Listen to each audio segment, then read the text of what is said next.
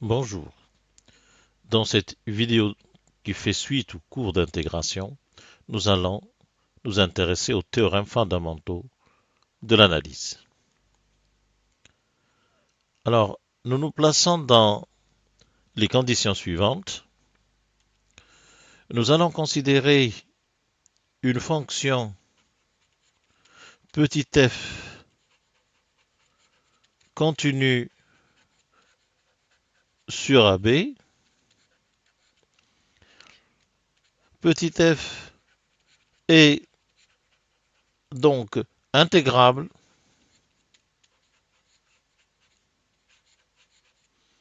sur AB et en particulier et en particulier sur tout intervalle AX, où X est un point de AB. On peut donc considérer la fonction grand F définie sur AB à valeur dans R et qui à chaque X associe grand F de X égale l'intégrale de A à X de petit f de t dt qui est bien définie. La fonction grand F est bien définie sur l'intervalle AB. Nous avons par exemple f de A égale 0 et f de B égale l'intégrale de A à B de f de t dt. Alors, le premier résultat que nous allons démontrer est le suivant.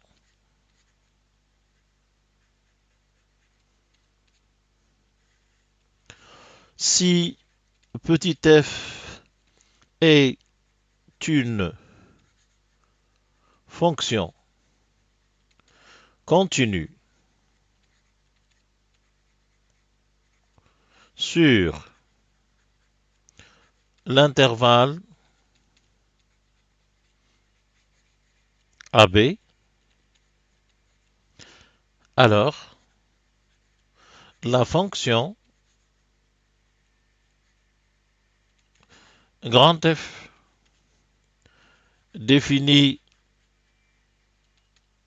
sur AB par grand F de X égale l'intégrale de A à X de petit f de t dt. Cette fonction est dérivable sur AB et on a, quel que soit X appartenant à AB, f' de X égale petit f de X.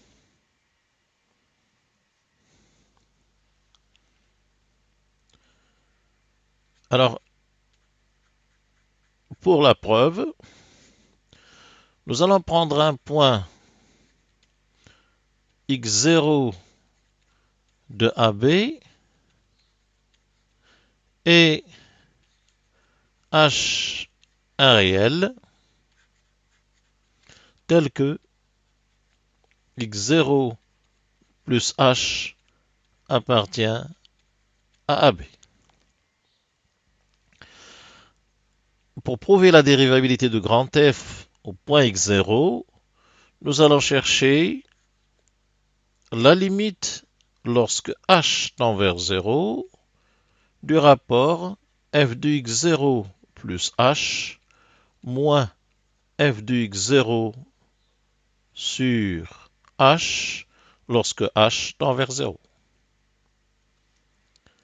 Alors, dans ce rapport, l'expression f de x0 plus h est égale à l'intégrale de a à x0 plus h de petit f de t dt, et grand F de x0, c'est l'intégrale de a à x0 de petit f de t dt. Nous pouvons représenter ces deux quantités sur une figure. Petit a, petit b par exemple, x0, x0 plus h. Considérons une fonction f continue sur AB. Alors, grand F de x0 est égal à l'aire limité par la courbe de f, l'axe des abscisses et les droites d'équation x égale a et x égale x0. Grand F de x0 plus h est l'aire de la courbe limitée par de la partie du plan limitée par la courbe de f, l'axe des abscisses et les droites x égale a et x égale x0 plus h. Si nous considérons maintenant la différence grand F de x0 plus h moins grand F de x0, nous obtenons l'aire de la partie du plan limitée par la courbe, l'axe des abscisses et les droites d'équation x égale 0 et x0 plus h. Autrement dit, grand F de x0 plus h moins grand F de x0 se réduit à l'aire ou à l'intégrale de x0 à x0 plus h de petit f de t dt. On peut remarquer que cette aire est inférieure à l'aire du rectangle ayant pour largeur x0 plus h moins x0, c'est-à-dire h, et pour hauteur f de x0 plus h ou bien le sup de la fonction sur cet intervalle. De même, on voit que cette aire est supérieure à l'aire du rectangle ayant pour largeur h et pour hauteur l'inf de la fonction petit f sur l'intervalle x0, x0 plus h. Alors nous avons donc petit h multiplié par f ou l'inf de f de x lorsque x appartient à l'intervalle x0, x0 plus h inférieur ou égal à l'intégrale de x0 à x0 plus h de petit f de t dt inférieur ou égal à petit h multiplié par le sup de f de x lorsque x appartient à l'intervalle x0, x0 plus h.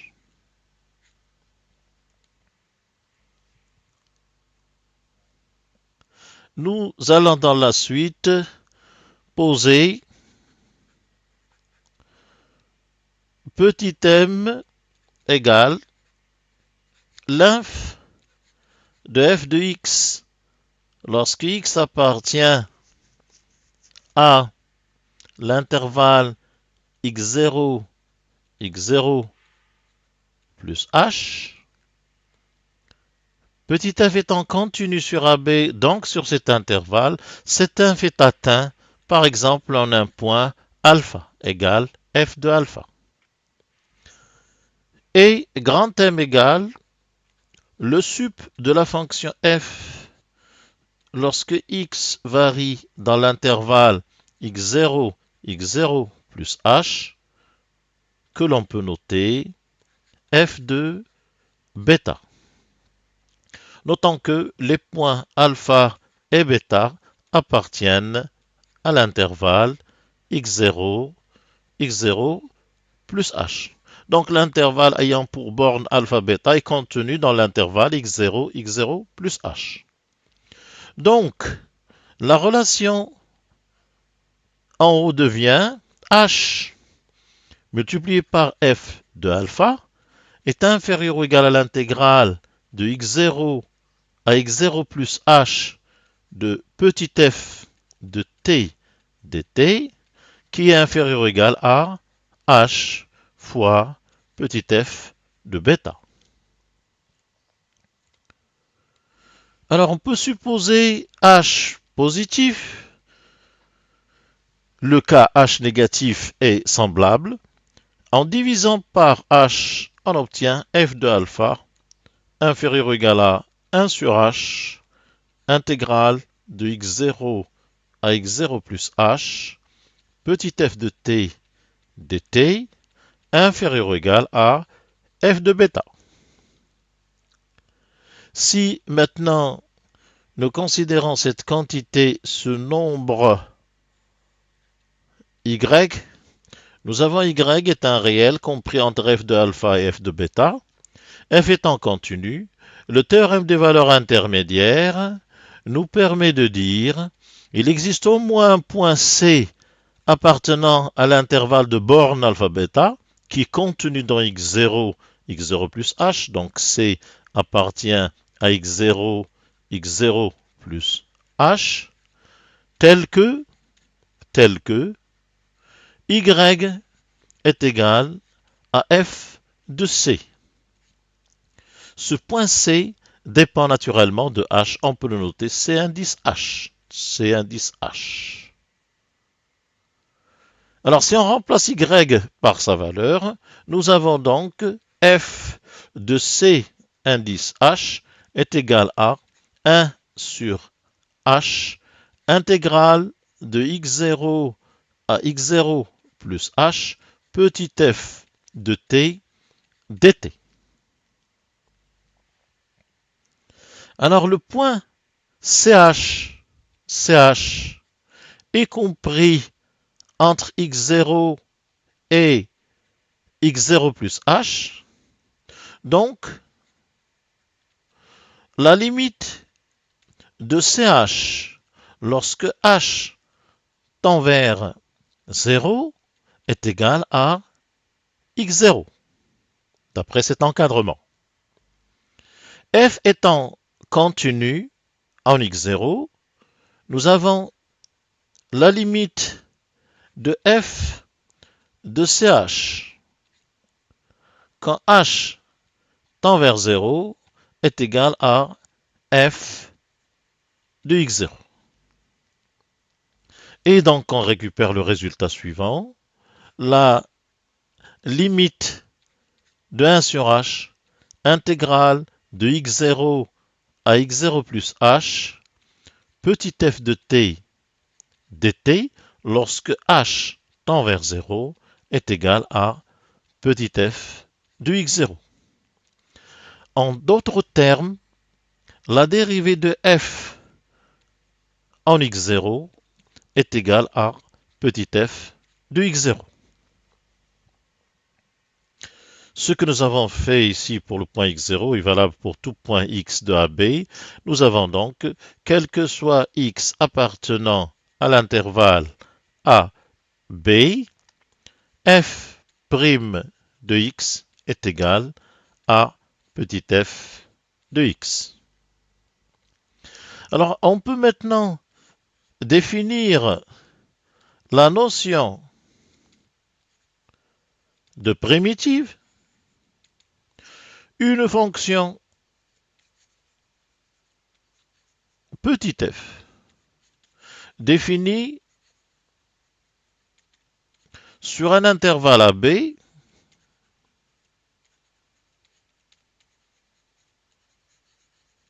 AB admet une primitive sur AB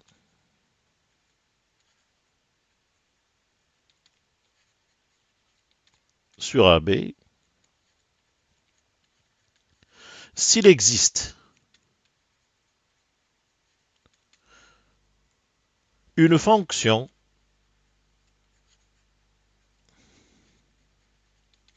grand F dérivable sur AB est telle que, quel que soit x appartenant à AB, grand F' de x est égal à petit f de x.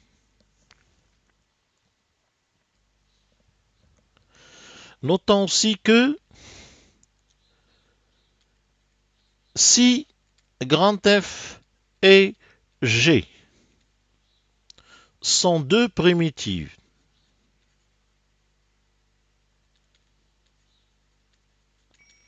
de petit f sur l'intervalle AB, alors G est égal à f plus une fonction constante. En effet,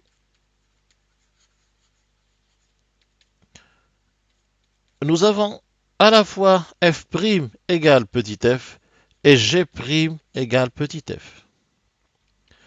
Donc g' est égal à f', ou encore g moins f' est égal à 0. Nous avons donc, quel que soit x appartenant à l'intervalle AB, g moins f' de x est égal à 0. Donc g moins f est constante sur AB. Autrement dit, il existe C appartenant à R tel que, quel que soit x appartenant à A, B, g de x est égal à f de x plus C.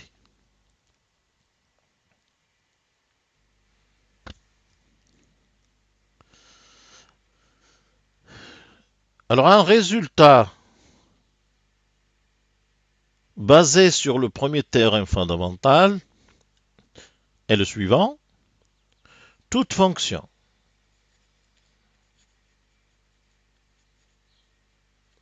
continue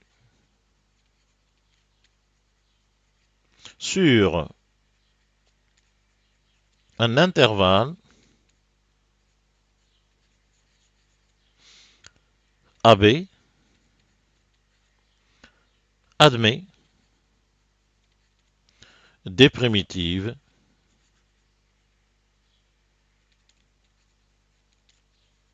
sur cet intervalle.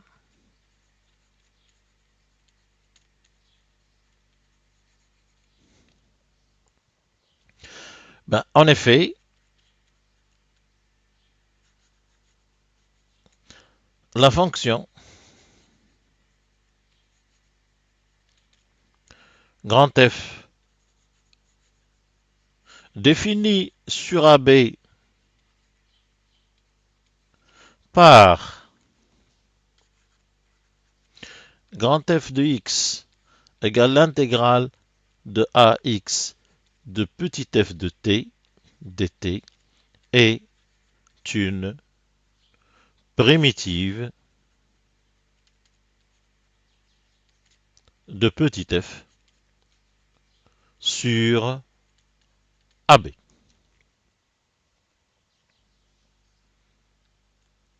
Nous avons d'ailleurs f' égale petit f.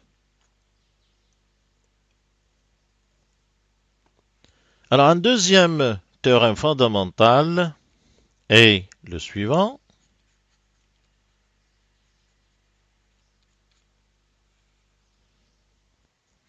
soit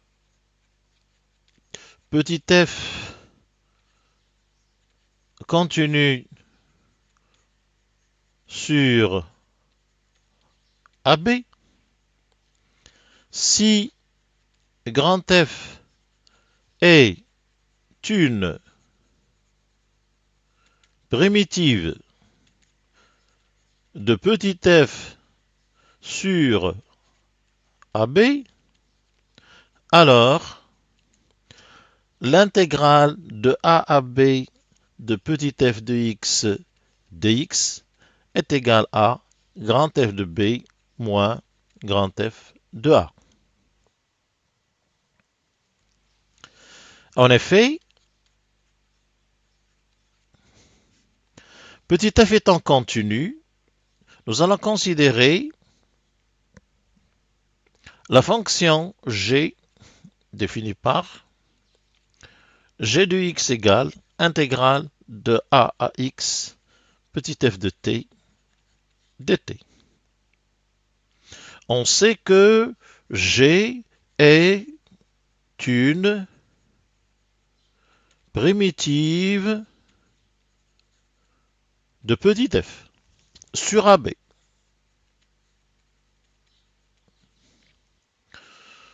G et grand F étant deux primitives de petit f, on peut écrire G est égal à grand F plus constante. Autrement dit, quel que soit x appartenant à A, B, G de x est égal à grand F de x plus C. Alors si on applique cette relation à x égale A, on obtient G de A égale grand F de A plus C. Pour B, il devient G de B égale grand F de B plus C. Et si on fait la différence, on obtient G de B moins G de A égale F de B moins F de A. Le C se simplifie. Maintenant, G de B, c'est l'intégrale de A à B de f de x dx. Et G de A est l'intégrale de A à A de f de x dx qui est nul.